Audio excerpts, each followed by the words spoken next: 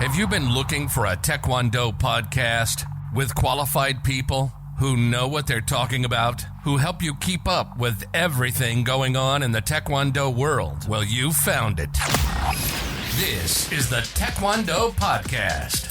Taekwondo news, competitions and other events, training and sports science, keeping the fans, coaches, and high-performance athletes up to date with the latest news and trends on Olympic Taekwondo. Let's do this. This is the Taekwondo Podcast. And now your hosts, Coach César Valentim and Peter Nessler. Hello and welcome to the Taekwondo Podcast. We're a podcast based out of Austria in English language for everyone out there who likes Taekwondo. In this episode, we talk with Dr. James Morehen, Performance Nutritionist.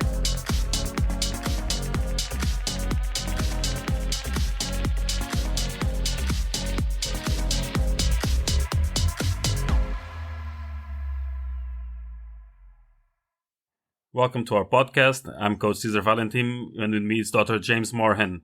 Hi, James. How are you? Very well, thank you. How are you? Fine. Here I am on recording podcasts, my new hobby. Yeah, it's good fun, right? Oh, yeah. Could you please tell us a little bit about who you are and what are your involvement with Taekwondo? Yeah, so I guess a whistle-stop tour. So my name's James Morehen, and I recently, well, I say recently, it was a couple of years ago now, but I completed my PhD at Liverpool John Moores University, which is based in the northwest of England, near in Liverpool.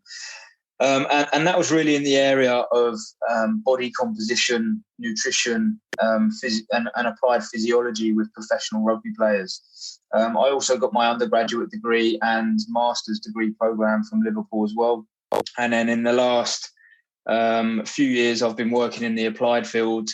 Probably most notably, I had 4 years with England football at the FA, where I was looking after both the men's and the women's pathways with a good friend and colleague there. And then recently I've moved back into rugby union, and I now service the Bristol Bears rugby union team. And again, looking after men's, women's and academy program there. So that's kind of my team sport and applied area with that. And then in particular to, I guess, combat sports and Taekwondo. I worked for around 5-6 years with Rocky Fielding, who is a Liverpool-based professional boxer, and supported that man over a 5-year journey to help him kind of go on and win the regular world super middleweight champion belt against Tyrone Zeuger in Germany. So that was a couple of years ago. And Rocky most famously attempted to defend his title against Saul Alvarez Canelo at Madison Square Garden in New York in 2018. Unfortunately lost that title.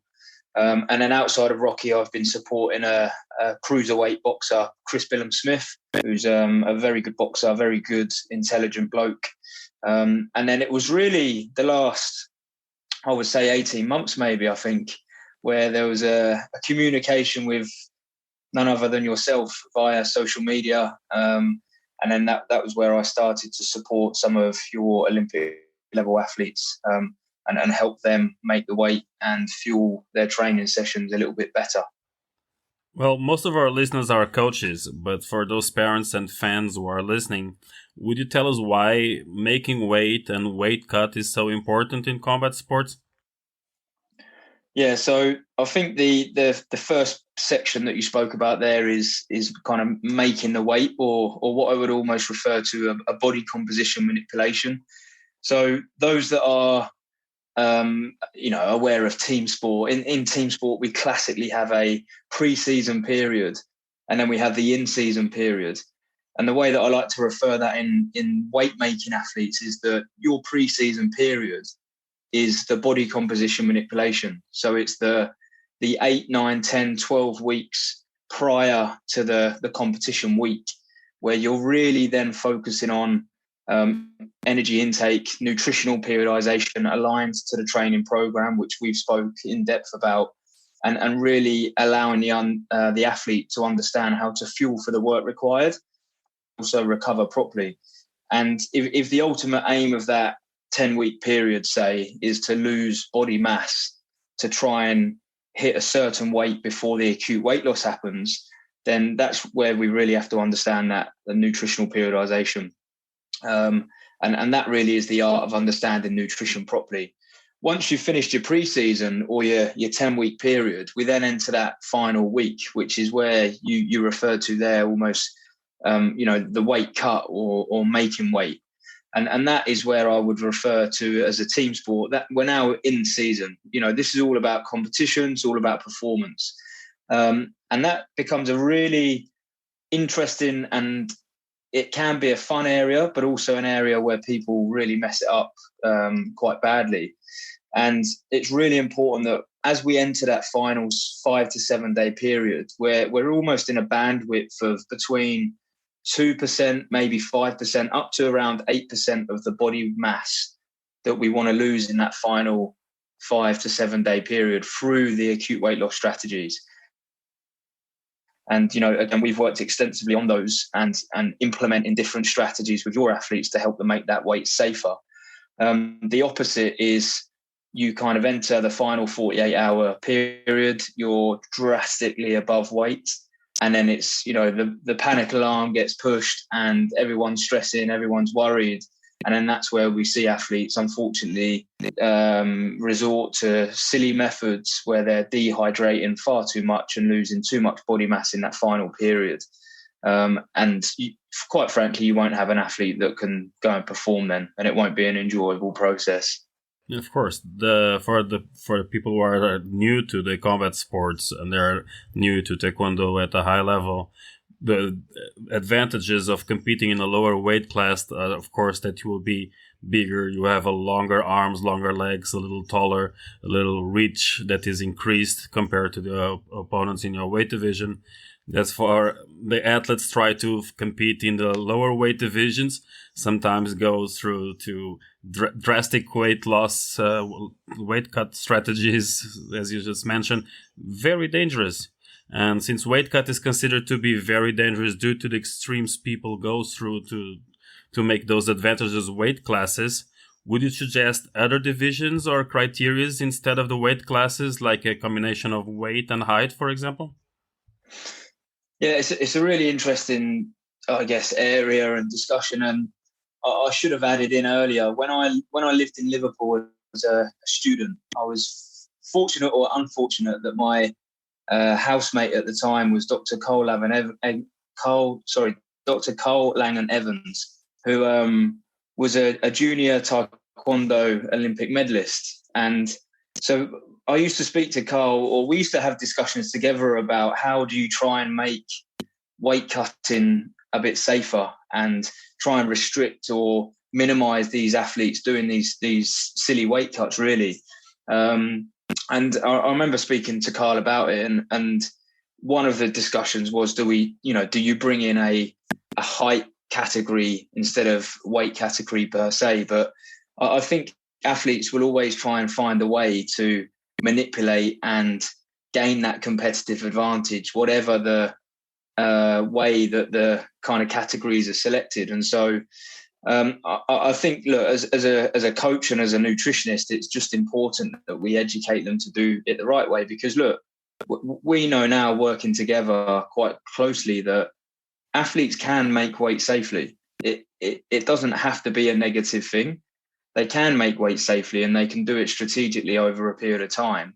So those that are still wanting to do it in an unhealthy manner, then, that's on them. If they want to do that and put themselves through pain and not perform properly, that's up to them. But those that are willing to seek the expert advice and understand how that works, then you can make the weight safe and you can do it properly. So I don't think we need to start shifting up the rules yet. It's more about those athletes that are willing to learn and adapt will be the ones that make the weight safer. Well, you've been working with us for almost a year now, and you've known Taekwondo from before. You've been following up the up-to-date regulations, competition systems, random weigh-in. And considering your experience with other combat sports, even professional combat sports, what would you say are the biggest differences about working with Taekwondo athletes and coaches, and what could we do better?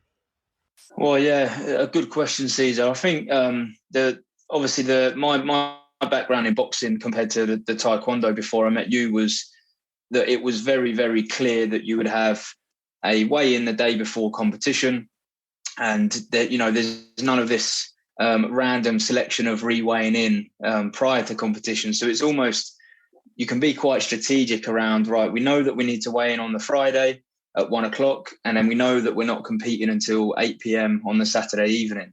So you've got that wonderful period of replenishment and refueling. And that's where I've seen some boxers, you know, gain 6-7 kilos of weight ready to go into that fight. Now, I was working with one of the athletes, the first female athlete that I worked with you, we couldn't do that, and we couldn't gain that substantial amount of weight because there was obviously the catch weight that we needed to be aware of in case the individual had that, she got selected for the re-weighing. So that's definitely an area that I've had to adapt to from the Taekwondo world. And it's an area that's of interest because it makes you be a little bit tighter on your strategies to make sure that, you know, you're not just telling the athlete to drink as much as they want, but you're now being specific about how much goes in, because we can't weigh too much the next day just in case we get selected for the weigh-in. So that's an interesting area for me. And then what can Taekwondo learn from other combat sports or team sports? I think it's just team sports, I would say, and boxers, certainly the ones that we've worked with in Liverpool, have begun to implement genuine periodization around training very well now.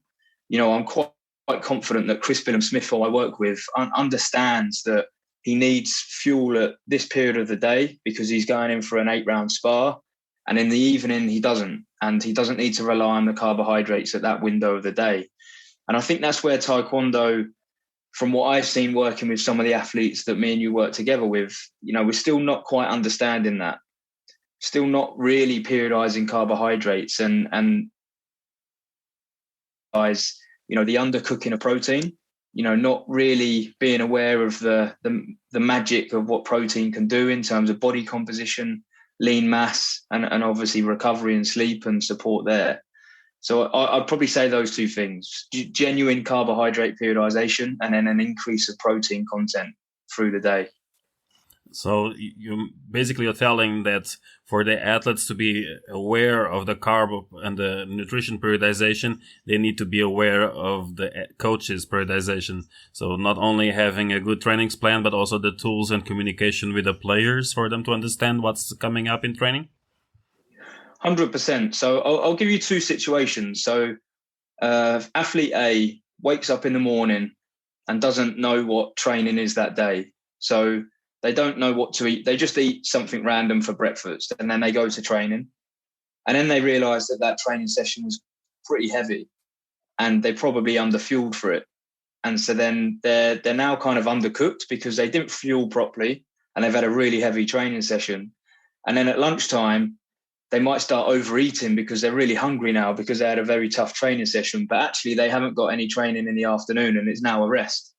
So they're almost consuming the fuel at the wrong time of the day. They should have had it at breakfast to have a good session. Athlete B looks at their training schedule, understands that, okay, I've got a really hard session in the morning, wakes up in the morning and fuels correctly for that session, knows that the afternoon is rest and recovery, and so still consumes a lovely amount of calories in the afternoon and evening, but the predominant macro would be protein with loads of salad and vegetables. And then they start to bring that carbohydrate content a little bit lower so that they're not over consuming when they're resting. There's two different athletes that, in my opinion, one would begin to manipulate body composition favorably well because they understand this is what training looks like day to day. This is how I'm going to eat with intent to fuel those sessions. But then athlete B is just someone that randomly gets up, eats what they want. They're not really thinking about it. And then they realize that they've had a massive training session and they overeat in the afternoon, evening. So you've been working together for a while, and you know I do use monitoring tools and I do use training planning tools. But as you mentioned, some athletes pay attention to it, some athletes don't pay attention to it. Overall, how do you think our sport is related with other combat sports? I'm probably a little bit biased in the Taekwondo world because I've only worked directly with yourself. But, the way that you use data, you're data driven, and you monitor most things better than some of the team sport I've worked with in the past, not now, but in the past. And so I think the way that you do it is very forward thinking. There's no real guesses.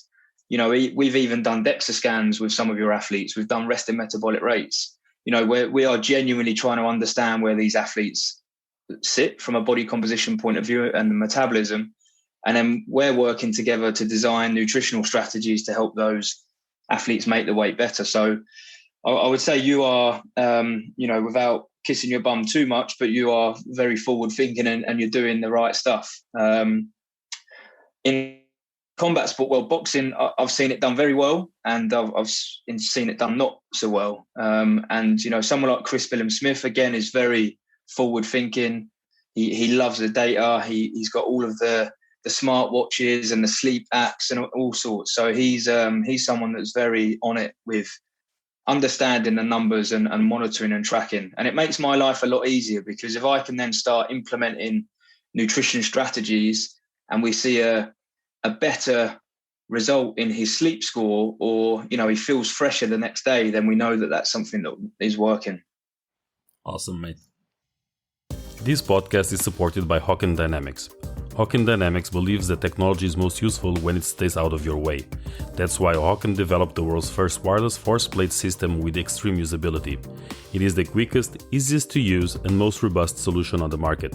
It is trusted by all sports organizations, large and small, as well as tactical, military, and rehabilitation environments around the globe. It's force testing in the palm of your hand. Here at Wien Taekwondo Center, we use Hawken Dynamics to test and monitor our team. The cloud-based platform allows us to access data and publish a variety of reports on the go. My favorites are trend reports and, of course, weight reports, where I can monitor different metrics to view progress and identify performance indicators, or to compare weights to a baseline data range. I use it on a daily basis to identify readiness. A simple jumping test takes me less than a minute to assess the entire team. Having my own Hawken Dynamics force plates allows me to test reactive strengths, maximum strengths, rate of force development, asymmetry, and so much more. The real-time feedback on the app is useful not only for testing, but as a training tool, making it more accurate and at the same time more engaging for the athletes. If you are interested in learning more about Hawken Dynamics or getting your own, the team can be reached at info@hawkendynamics.com or on Instagram or Twitter @HawkenDynamics. When talking about Taekwondo training, we need to talk about Athlete Analyzer. Athlete Analyzer is the first Taekwondo-specific athlete monitoring system. It is used by both national teams, regional squads, and small clubs to maximize performance, prevent injuries, and communicate with both athletes and trainer teams. Athlete Analyzer is a cloud-based system with a friendly smartphone app. You can plan and monitor every aspect of your training, even when you are not in the gym with your team. The easy-to-use video analysis tool is not like anything you've seen. It helps you understand your athletes and even their opponents, making this app the only tool you need to manage your team. Before I used Athlete Analyzer, I spent an absurd amount of time in front of the computer, creating spreadsheets and using half a dozen software solutions. I have athletes in my center, but also abroad, and with Athlete Analyzer, it's much easier to communicate, plan, and monitor their development. Now that I have extra time, I can focus on what matters, training my athletes, and it still leaves me some room to do other stuff, like this Taekwondo podcast. Athlete Analyzer offers you a 2 weeks free trial.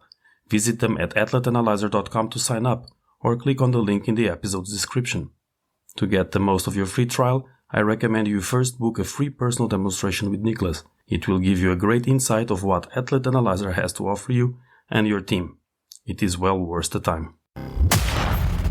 You're listening to the Taekwondo Podcast. Now back to your hosts, Coach César Valentim and Peter Nessler. So welcome back. We've been talking with Dr. James Morehen, and nice to have you here. You've been quite busy lately. You and your partner are about to bring a new baby into this world. You wrote a book with some interesting knowledge from other performance nutritionists. What have you learned from this experience of writing that book, and what do you think it brings to the performance coaches who are also listening? Yes, the reason I wrote this book was because I'm not on my own here when I say this, but there'll be a lot of nutritionists or sports scientists or S&C coaches in the industry that, get messages on LinkedIn from junior students in the industry in whatever respective field it is. And I was getting quite a few messages from younger students asking me for advice about how to gain a career in the industry, what experience they needed. Could they do anything outside of the conventional degree program to improve their ability to be successful in interviews? And that translates across disciplines, whether you're a strength and conditioning coach or fitness coach. So what I did was I decided to interview some good friends and colleagues of mine in the industry that all work as really good level performance nutritionists in professional rugby, the Premier League football, 3 or 4 different clubs, those that have got their own companies, or, they might be working for Australia cycling team. And I decided to interview those people and ask them the same questions. What have you learned in your career that you wish you knew when you first started? What's your biggest advice to someone starting in the industry now? What do you think makes a successful performance nutritionist? All of these key questions that, in my opinion, you don't really learn on a degree program.